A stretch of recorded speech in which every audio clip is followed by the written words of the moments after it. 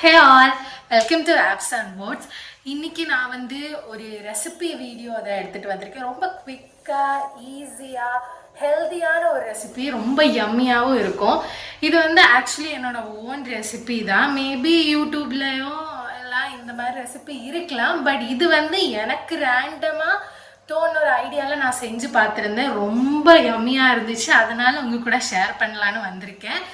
So நம்ம ரெசிபிக்குள்ளே போகலாம். நம்ம ரெசிபிக்கு தேவையான இன்க்ரீடியன்ட்ஸ் என்னென்னு பார்ப்போம்.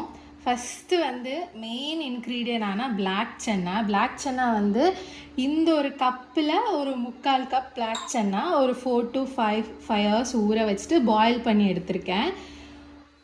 அப்புறம் ஒரு மீடியம் சைஸ் பெரிய வெங்காயம், அது குட்டி குட்டியாக சாப் பண்ணது. அப்புறம் ஒரே ஒரு க்ரீன் சில்லி. தென் இந்த ரெசிபிக்கு ஒரு மசாலா தேவைப்படும். அந்த மசாலாக்கான இன்க்ரீடியன்ட்ஸ் பட்டா, சீரகம், ரொம்ப கம்மியான குவான்டிட்டி தான். ஏன்னா இந்த அளவுக்கு சன்னாக்கு இதுவே போதும். அப்புறம் ஒரு 4 to 5 கிராம்பு, அப்புறம் ஏலக்காய் 2, அப்புறம் இந்த ஸ்டார் அது ஒரு 3 எடுத்திருக்கேன். தென் கொஞ்சமாக கோகோனட் ஆயில் தான் நமக்கு தேவைப்படும். இது சும்மா காமிக்கிறதுக்கு இவ்வளோ எடுத்து வச்சுருக்கேன். ஒரு 1/2 to 1 டேபிள்ஸ்பூன் அவ்வளோதான் மேக்ஸிமம் இந்த ரெசிபிக்கு நம்ம ஆயில் யூஸ் பண்ண போகிறோம்.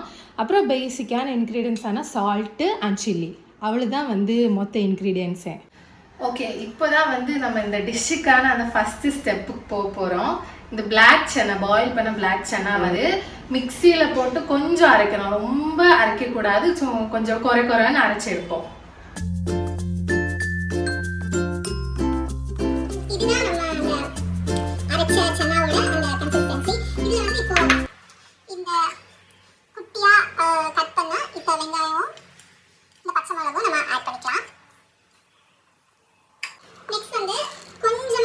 கொஞ்சமாக உங்களுக்கு எந்த அளவுக்கு காரம் பிடிக்கும் அந்த அளவுக்கு சில்லி பவுடர் நான் கொஞ்சமாக ஆட் பண்ணுறேன்.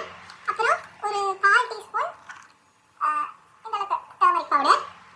தேவையான அளவுக்கு உப்பு போட்டுக்கலாம். நான் ஒரு ஹாஃப் இல்லை ஒரு 3/4 டேபிள் ஸ்பூன் போட்டிருக்கேன். தேவைப்பட்டால் நம்ம டேஸ்ட் பார்த்துட்டு அப்புறம் ஆட் பண்ணலாம்.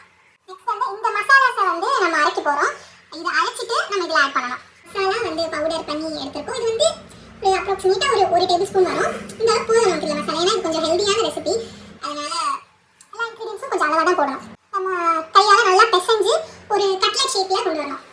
கட்லெட்ஸ் ரெடி ஆயிடுச்சு. கட்லெட்ஸ் இல்லை, கபாப்ஸ் ரெடி ஆகிடுச்சு. இப்போ நம்ம இதை ஃப்ரை பண்ணலாம்.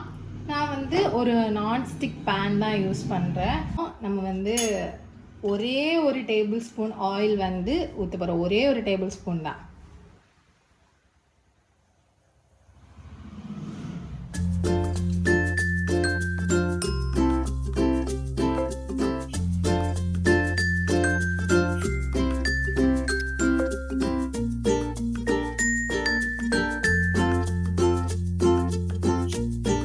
கபாப்ஸ் ரெடி ஆயிடுச்சு.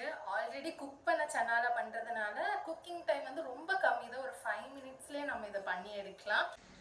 இப்போது இதை அம்மாவுக்கும் அண்ணாக்கும் டேஸ்டிங்க்கு எடுத்துகிட்டு போய் குடிக்கலாம். அவங்க என்ன சொல்கிறான்னு பார்க்கலாம். ஆல்ரெடி நான் பண்ணி அவங்க டேஸ்ட் பண்ணி நல்லா இருக்குன்னு சொல்லியிருக்காங்க. பட் ஸ்டில் இது எப்படி இருக்குன்னு நம்ம கேட்டு சொல்லலாம்.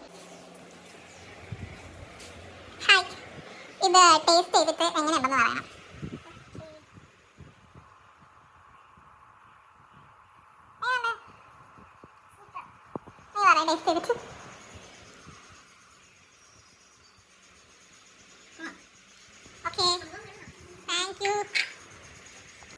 இந்த மாதிரி ஒரு சூப்பரான வீடியோட நான் வர வரைக்கும் பாய், லவ் யூ ஆல்.